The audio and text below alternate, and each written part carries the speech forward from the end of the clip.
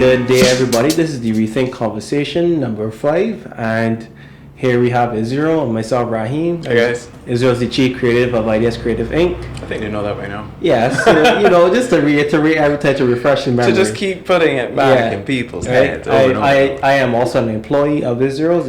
He's a team member. Team member, right, as we put it.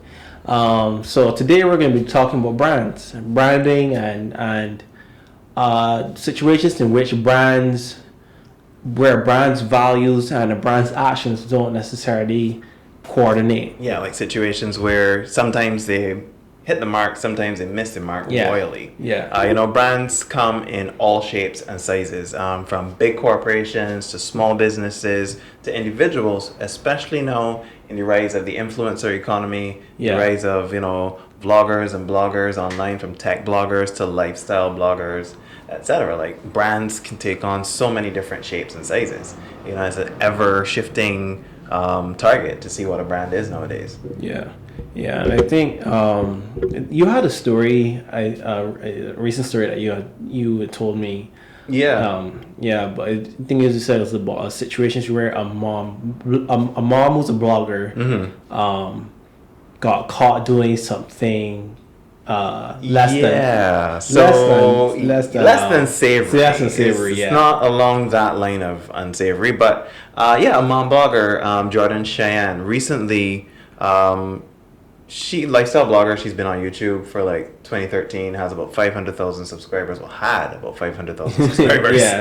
And their dog got sick. And she accidentally recorded her son. Well, she accidentally left the piece of the recording where she was trying to coach her son to fake cry on camera. Right. Now, he was already in tears. He was already crying because the dog was sick. Traumatic experience. Yeah. It's a traumatic experience, but she was trying to get the screenshot, the thumbnail for the YouTube video. Everything for the money, Everything for the money. So, she herself is a brand. Yeah. Her followers know her. The people who watch her on YouTube. Companies endorse her. She had endorsements, and she posted the video, and it had the tail end on it where she was trying to coach her son to do the photo for the YouTube thumbnail, and there was an immediate backlash. The result was that she ended up pulling her channel, pulling all her video, ending her monetizations. I think she lost her endorsements, all those sorts of things. And this is where an individual can be a brand, and it's a case where brands can have tremendous missteps, and this was one. Like, how do you do that? Yeah. I mean, I don't know necessarily what was going through her mind at the time, but she probably wanted to capture the devastation of this particular event, capture that raw emotion for the thumbnail. But he already had raw emotion. We already had raw emotion. It just was like she wanted him to do specific things, like put his hand to his face, and that it was really awkward. Yeah, I think, to kind of segue a little bit, is like, I think it's kind of we kind of entered a really strange space in everyday entertainment where with YouTube, where you get a lot, like, this issue has been present, I think, for us probably as long as YouTube has been alive. But clickbaity titles and clickbaity thumbnails, it's like doing everything to kind of entice the viewer to click on your video, and I think it steps into a very strange territory where we take emotions and real moments as opportunities for a thumbnail. Right? Like a snapshot. Right? I think it started with like reality TV, even before YouTube became what it was. Because when YouTube started, YouTube was more of a platform where people were just putting up anything. Remember the cat video era? Cat videos everywhere. And cats playing the piano, dead cats playing the piano. That was awkward. But that's a thing? That was a thing. That was a thing. I don't know why I have to search when to get hold of it. I don't know why I even mentioned it. Like, he's going to torture himself with this. But, it goes into a place where brands can feel like they have to almost compromise on their messaging. To get the views, to get the likes, to get the comments. But then, is it genuine? Like, how do brands navigate a space like that where you're trying to be genuine, you're trying to get likes, you're trying to engage with an audience, but you have to do so from a place where there's so much noise in the market. Like, people uploading videos thousands, millions of videos daily. Yeah. So the market is saturated. So like brands have done it successfully. Brands have done it poorly. And I think as a brand, as an individual, for me, this was an example of where someone has done it poorly. Had she not gotten caught. Yeah. She wouldn't have cut her endorsements and anything like that. Yeah. Because when she got caught, she said that she was quitting YouTube for a bit to focus on her son's mental health and his emotional well-being, etc. But what if she'd gotten through with that thumbnail? Yeah. What impact would that have had on her son? What impact would it have had on her brand later on? What do we do, and how do brands compromise for the sake of their brand? Yeah. Can you compromise for the sake of your brand? Yeah. What do you think about that? I don't know. I think there's two things I think about it. Two things which I could think about it. I think as a brand, there's some situations where you can compromise. Maybe I say a particular value, a particular I guess lack of a say identity, in order to try to sensationalize or try to upscale on your videos in terms or your content. I'm not really sure, like in how you would do it, but just like I think something you might not do. Let's say you might not care too much about women's issues, right? But you recognize there's a gap in the market for women, for a gap in the market for women, and there's opportunity, and then you may think there's an opportunity to talk about women's issues in an ad or something like that, or to promote some sort of skin line while also talking about women's issues, or bring awareness to women's issues. Like, I think sometimes, like in certain situations like that, where the brand, it may not have started out being about a particular topic, but it can kind of adopt a new stance or a new perspective or new opinion to both sell their product and also bring awareness to a societal issue. It's interesting that you mentioned that because about 2 years ago or 3 years ago, it was definitely before COVID. Yeah. A brand did that. Gillette. Remember Gillette with the best a man can get, and how they came up with the campaign? Is it really the best a man can get? Yeah. And they really tried to address the matter of toxic masculinity, as people put it. Yeah. Yes, I did air quotes around it. Sue me. But yeah, they tried to address that topic. And to me, that campaign, I don't know what you thought of it, but that campaign tried, but to me it failed. Right. Because they were basically saying that, men just have ingrained this whole thing that everything a man does is toxic and that kind of thing. And I got where they were coming from. Yeah. In terms of there are certain things that have been upheld for men over time that are not valuable, that are not right. Yeah. But they kind of were like, it just was a very awkward moment for Gillette, because the whole idea, they were almost attacking themselves, cannibalizing themselves to fit in with the Me Too movement. At the time, and was it really the best a man can get? Like, was it the best a man can get was the woman rubbing his face, or was the best a man can get the clean shave? That he got. And I even found like there was a lot of backlash even from women at the time. They were like, yeah, we see what you're trying to do, Gillette, but it misses the mark. So what was your thought about that? What did Gillette add specifically? Yeah. I thought it was kind of cringeworthy. That's exactly where the positive it was like kind of cringeworthy because I didn't think Gillette had to do it. I didn't think Gillette needed to have to take up that kind of stance in order to support or raise awareness around toxic masculinity. Because it's almost like they called out themselves before someone called them out. Exactly. Right? That's what I'm saying. Is like I genuinely felt like they stepped into an area where they thought, or this is probably what they were thinking. They're thinking, okay, if we can become the forerunners of this conversation, of this topic, we can then put ourselves into the limelight or into the spotlight for actually tackling the issue. Agents of change, that kind of thing. Stuff like that, right? And then as a byproduct of that, our products would sell. But Because it's always about the bottom line. yeah, it's always about the bottom line. Let's be real here. Anytime, Even if it is a case of we don't want our sales to dip, like Yeah, we don't exactly. want people boycotting our product, because Gillette makes female products as well. Yeah. We don't want our sales to dip because we haven't said anything. yeah, Yeah. yeah. But if I personally think if they were going to try to raise awareness around toxic masculinity, I think there's just better ways to do it. One, maybe not do support it. Oh, okay, here's an idea.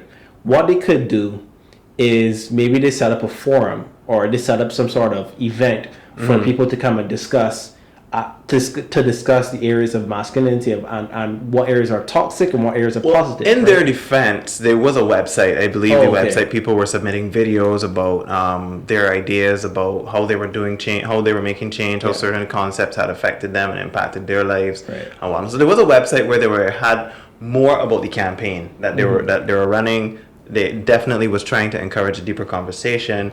I just think that it was, like you mentioned, it was cringeworthy. It wasn't executed well. Right, it wasn't executed very well, and I can't sit here and think of many ways in which they could have, but I just know that there probably was a much more a much better community focused angle that they could have taken, right?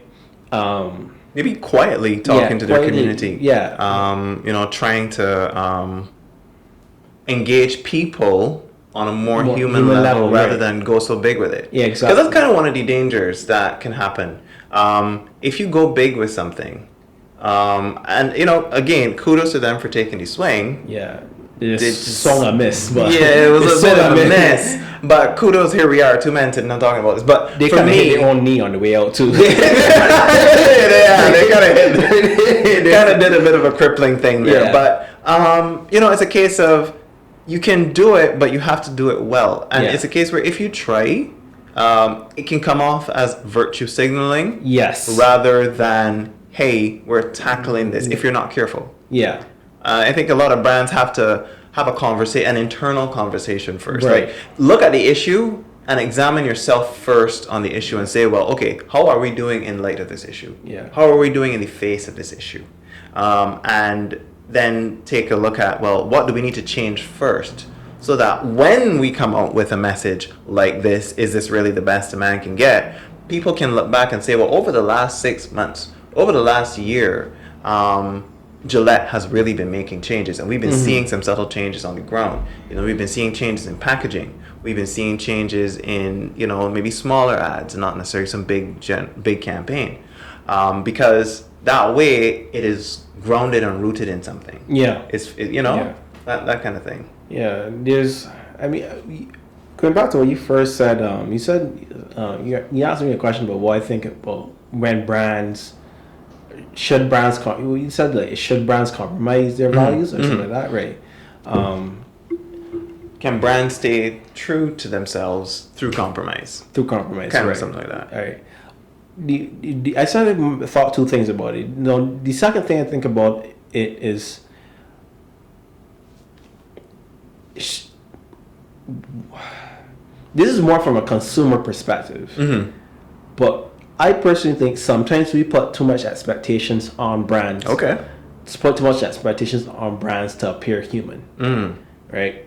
And when we're in the age where I think a lot of things are becoming more human, are much more approachable. So I definitely don't want to. I blame it on Disney cartoons. Yeah, but look, we're dealing with business. You're dealing with people. At some point, you have to engage people on a humane level. But I personally don't think that we should look to brands being the forerunners of virtue. Right? Okay. So if brands aren't the forerunners of virtues, and by extension celebrities aren't the forerunners of virtues, who should be the forerunners of virtues? That is a very good question. I think personally, I'd say We've gone deep on this. we got pretty deep on this. Right? In a perfect world, I'd say something like our political leaders should be the forerunners of virtue. Well, in the systems we have, we select our political leaders. We do select our So aren't they a reflection of us? They are Again. All right. So like, I think in a perfect world, whoever should be running the government should be the virtue leaders. To be, in my opinion, because it's like you're running a country, right? Like if people can't look to you to make the right decisions, to make good decisions, to make positive, long-lasting decisions, why are you in office in the first place, right? And so like as a political leader, or like as a prime minister or something like that, you're kind of like the parent of a country, right? We have Interesting thought. Right, we look up to our parents, right, for guidance, for food, for much more than food, like love and all sorts of things like that. But like essentially, we look to our parents as guiding posts. And in a sense, they're responsible for managing the country's brand as well. Just to tie it back to the conversation of branding, because you're probably wondering, how does that? Yeah. But but they manage the country's brand, and how a country deals with certain social issues is a country's brand. Yeah. And if they make a misstep, that also can impact the country's brand. Yeah. We saw that with the Black Lives Matter movement and in the U.S., etc. The U.S. brand, we saw that with the U.S. pulling out of Afghanistan. The U.S. brand was severely tarnished on these issues. Like a lot of underbelly and social issues came out with these things. Yeah. U.S. allies were not trusting them anymore. So again, these are types of missteps that people don't think of a country as a brand, but there's a banner flying that means something. There's a crest that means something. So a country is a brand, and it's managed by, like you mentioned, its political leaders. Yeah, and I mean, the thing is like, okay, going back to what you were saying, like who should be the forerunners of virtue in our society? It should be our political leaders, but considering that we don't live in a perfect world, is 9 times out of 10 is not, at least not fully, like, because in the political landscape you get Republicans and Democrats and all sorts of different sides take different B's or D's or D's, right? A's or P's, like we got a lot of parties in Barbados. It's like you get this separation of virtues, like which again, this is another segue. Two people from different, like a Democrat or Republican or BLP or DLP supporter, they might actually have very similar viewpoints. Correct, but because of the polarization that comes with political parties, you might think that the other person has a much different value system than you do. Because there's a need to identify with my brand. Exactly. My brand is in Barbados, like my brand is I'm a B, or my brand is I'm a D. And in terms of when it comes to politics, my brand is red and yellow, or my brand is blue and yellow. Yeah. My brand is whoever the particular political leader is heading the party at that time. Yeah. And that is a real tricky situation to be in. Pulling it back to things that we've seen in a more like traditional brand context. Yeah. Remember when Starbucks did the Race Together campaign, where they were, as you got your coffee, they would, they write your name on the cup, that kind of thing, and they had like this Race Together, #Race Together, and they wanted to encourage conversations about race over coffee.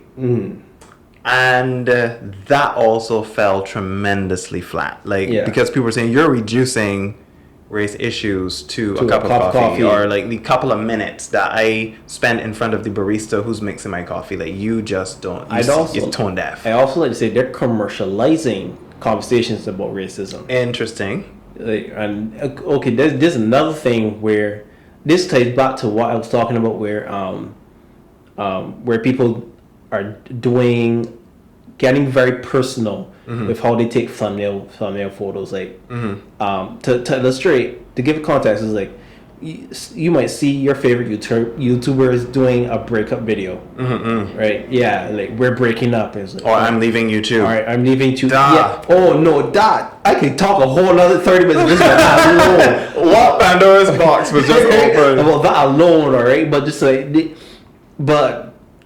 like we're getting into this space where there's more and more creators and there's more and more competition, and a lot of people are trying to commercialize human emotion, like genuine human emotion, and it's like we step in a very I think we're stepping in a very strange space where our entertainment lives and our personal lives are the borders between them are starting to merge together, right? Well, entertainment should be kind of personal. But I kind of want you to dip your toes in the water of that I'm leaving YouTube thing. Because that also, like, okay, so YouTubers build brands. Yeah. Right? You build your brand, and I'm sensing, you talk to me about this I'm leaving YouTube thing and your thoughts on this. Because I'm picking up something from what I think it's for, but you tell me what your thoughts are. The usual angle is that annoys me is when they say, "Oh, I'm leaving YouTube." They'll have that in the title, video title, or right? the thumbnail. When you watch the actual video, it's like, "Oh, I'm leaving YouTube for a couple of months, for a few days, a week, or something like that," right? Just like, okay, all right, you just clickbaited us, right? You literally just put a dramatic title that had an absolute on it, and then switcheroo, haha, I got you, now you're in the video, right? And then you find out, oh yeah, you're not leaving YouTube at all. You're not really leaving YouTube, right? And that annoys me. But then say on another hand, on the other hand, in my opinion, if you're leaving YouTube, why do you need to make a video about it? Why do you need to know? So you're leaving why YouTube. do you need to know? So right, because like, so I have a theory. Yeah. Good, but finish what you're saying. No, but there's a lot more I can say about it, but it's like it's those 2 points. Like if you're leaving, just leave. Like, but I have a theory, because if you say you're leaving YouTube, people are gonna want to click on the video, right? Yeah. Why are you leaving YouTube? Oh, I love you. Yeah. I don't want you to leave YouTube. Let me click on this video. Let me watch it. Let me comment and tell you how much I love you. Let me share this video with my friends. Oh no, I can't believe so and so. Did you hear so and so is leaving YouTube? And your metrics go through the roof. Exactly, right? Because you have just brought so many people in. So you've leveraged your brand for likes. Yeah. It's not genuine. Yeah. It's compromise. So that's what I was talking about with compromise. Compromise without integrity. Because, okay, there's a type of compromise where you don't trade your values. You don't trade your integrity for it. You say, okay, well, this is a minor issue. I can give that up for the greater good. That's the type of good compromise. I can give up a minor issue for good. I can do something small that I wouldn't normally do, maybe to get into a new market, build an audience with people I don't normally build an audience with. But this whole idea of leveraging your whole brand, like I'm leaving YouTube, to me seems like a classic example of that. Yeah. Where you just put your brand on the chopping block, and you take the trust that people have in you, and you risk it. Because I can imagine, like, there's a collective eye roll that goes around the world, and somebody's like, oh, I'm leaving YouTube, and then people click on the video, and 30 seconds in, you're like, really? Yeah, exactly. And then there's that collective eye roll felt around the world. Exactly. And it gets people annoyed and gets people irate. But people get irate, and then they do what? They comment in the comment section, which makes the video more discoverable, more pop. So it's really ridiculous. So I want to look at two examples of a brand that did it wrong, right, and a brand that did it right. Yeah. We'll start with the brand that did it wrong and save the best for last. Like, remember that? I think it was almost 4 years ago now. That Kylie Jenner Pepsi commercial. Yeah. Where Kylie Jenner walks out of her photo shoot and sees a protest, and then she starts like leading the protest, and at the end of it, I think she takes out a Pepsi and gives it to a random policeman, and everybody starts to cheer, and Pepsi saves the world. Yeah. Right? What are your thoughts?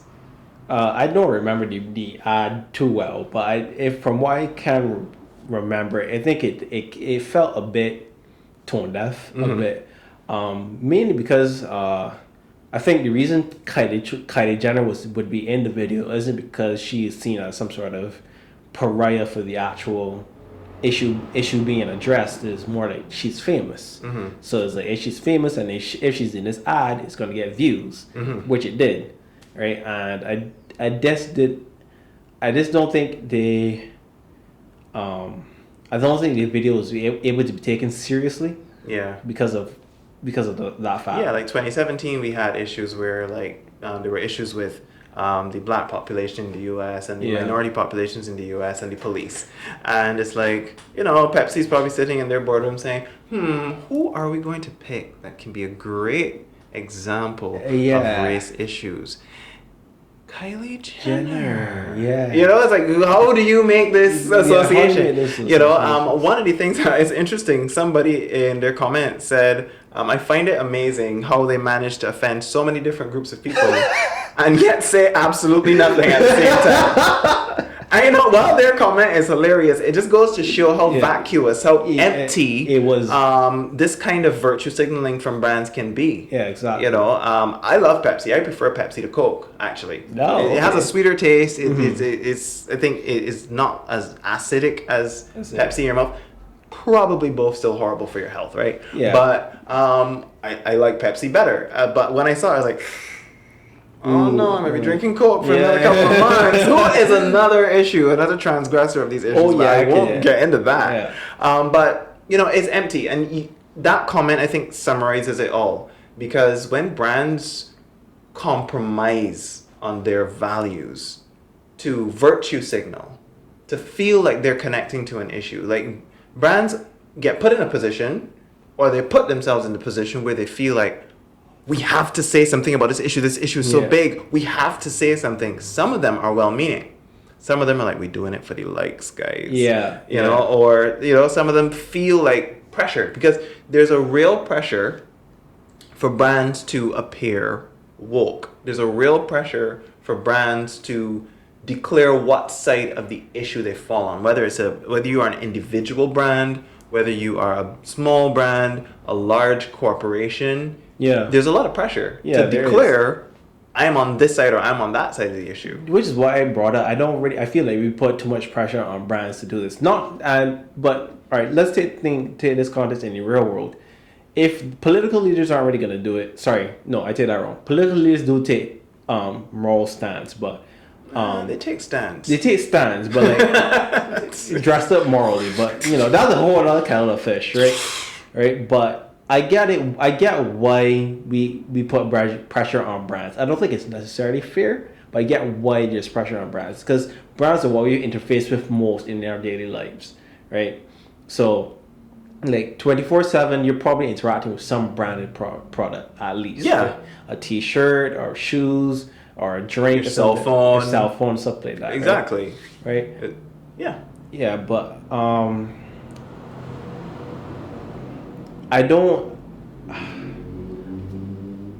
I just think if there's a pressure to appear woke, right?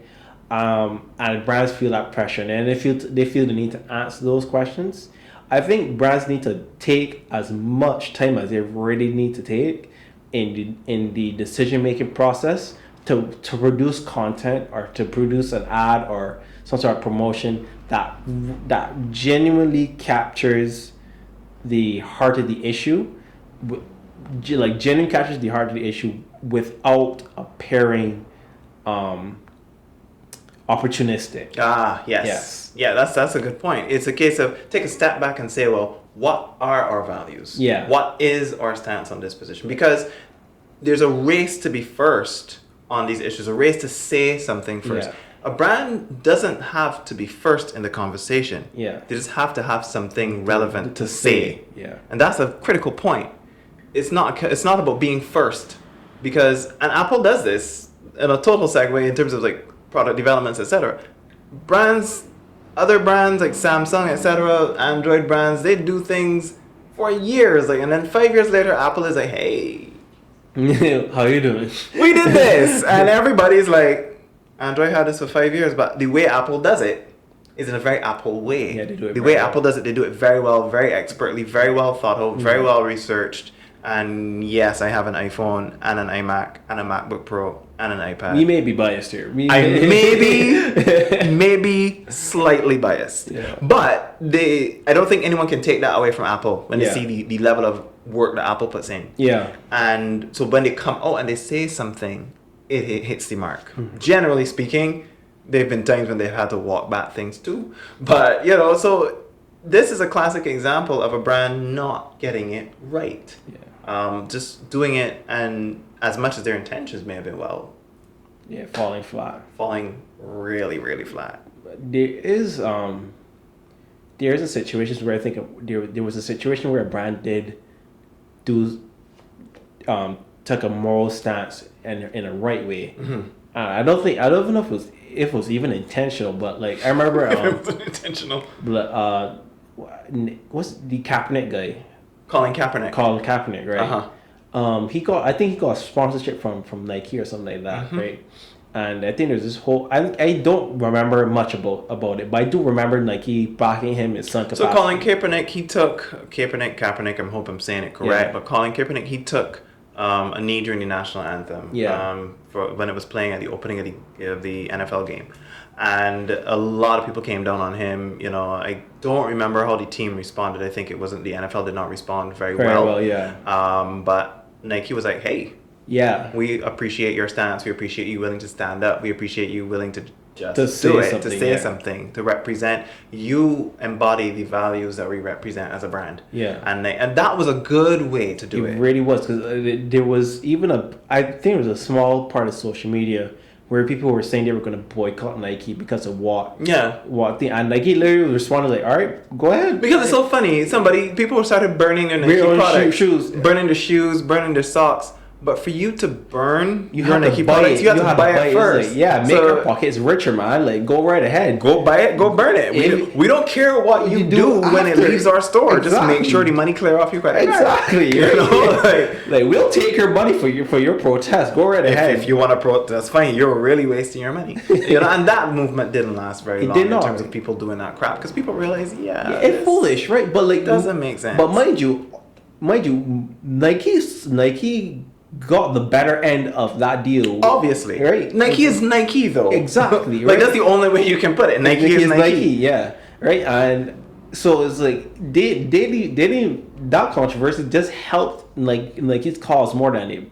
Because when you put up a video and you say, I'm burning Nike products, you're advertising Nike, because you're putting a logo on the screen and you're saying, I'm burning Nike products, and Nike's name gets out there. And even if the video gets likes, it gets likes, because if you said I was burning random generic product X's socks, nobody's clicking that. You know, that I bought on Amazon from China, like, nobody care. Yeah, nobody's gonna watch that. I'm burning Nike socks. I'm gonna watch this just for the hilarity of it. Yeah, you wasted your money. Exactly. You know, because them ain't cheap. You know, like you know, and so that's the kind of thing that Nike did that right in terms of they had a lot. I'm pretty sure because Nike knows who they are. Yeah. Right? Nike knows who they are. So they don't have to do a lot of research when an issue comes up to say, oh boy, who are we? Like, we don't know. We need to figure this out.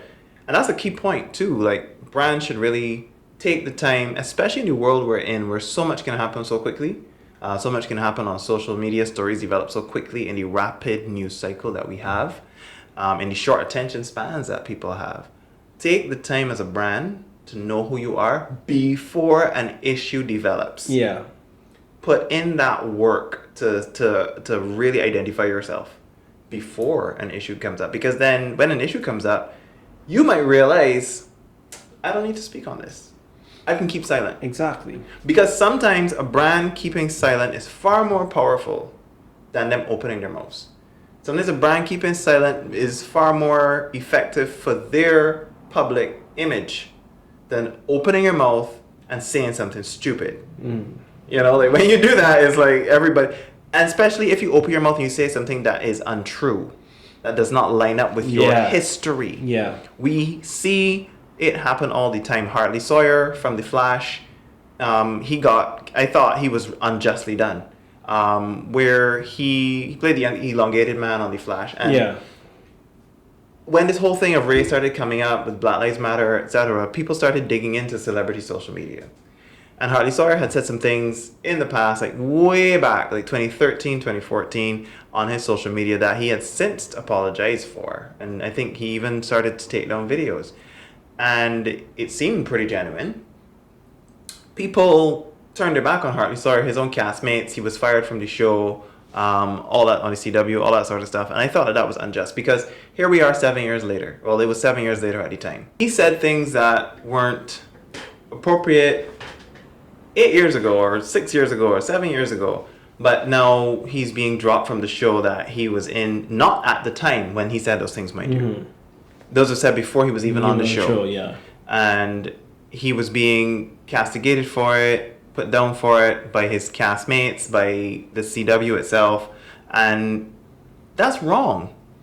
Yeah. You go digging in a person's past because what they said 7 years ago, a person can change a lot in 7 years. A person can change a lot in 6 years, 5 years.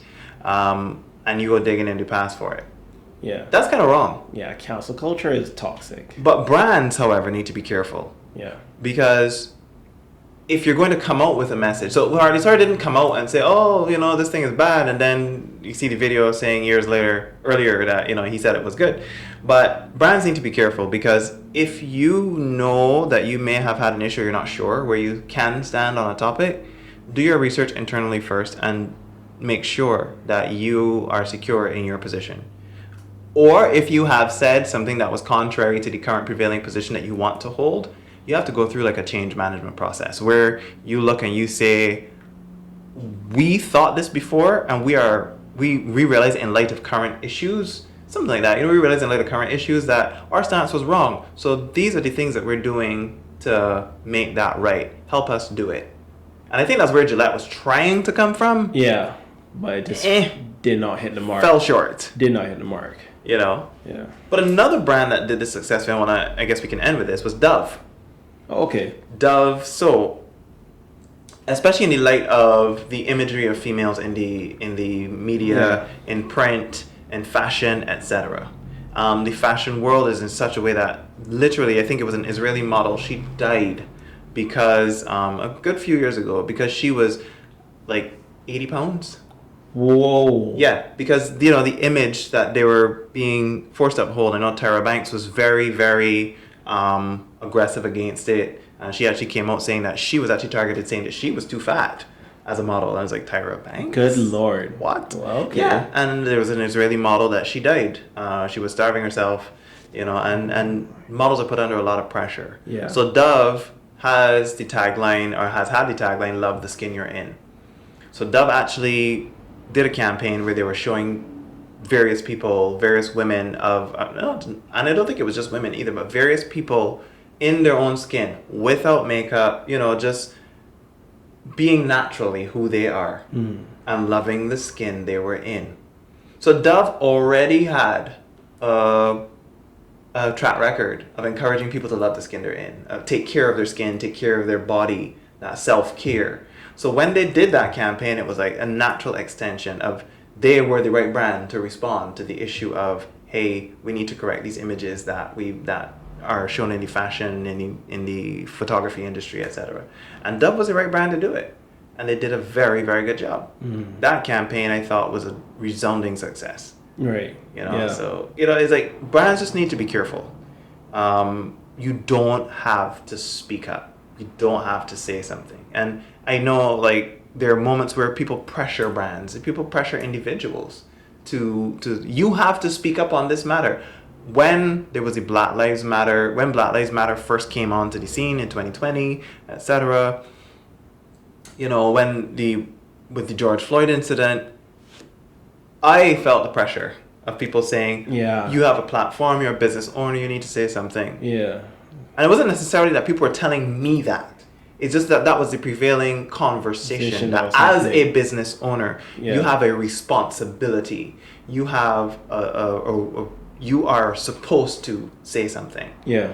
And for me, I felt it different. I said, well, hold up. I don't live in the U.S. I don't live in that cultural context you're not connected to those issues. Which they are in. I'm not connected to the issues, because we have issues certainly of class, etc. I mean, the issues specific to America regarding police brutality. Our issues are different. Yeah, or it's just different. Our issues are different. Similar-ish, but different. Not different. Yeah. And I thought to myself, let me sit back. Let me listen to people that I know in the U.S. Let me talk to them and say, well, how is this impacting you? How is this affecting you? Let me help me to understand your context that you live in, because I don't understand it. I would not have been the right person to step up and say something just because of the color of my skin. I still don't understand your context. So for me, it was a case of step back and think. And there's a space for that. There's a space for listening quietly, but listening quietly doesn't get likes. Yeah. Right? Listening quietly doesn't get views. Listening quietly doesn't get comments. But it's important to do that first. And you don't always have to be first. You just have to be relevant. And if you're not relevant, your message can come across as empty. And when you compromise your brand, like Pepsi did, like Starbucks did, you know, you do come across as you don't get it. Mm. You come across as absolutely tone deaf. Yeah, very much so. Yeah. I don't know. Well, So when brands compromise, it does not end well. yeah, yeah. But when they do it well, not when they compromise, when they interact well. when they interact well with whatever the issue may be or whatever the circumstances, it usually turns out very well, or at least it has a very positive impact, I think. You know, and I would say the one thing to take away from this is like,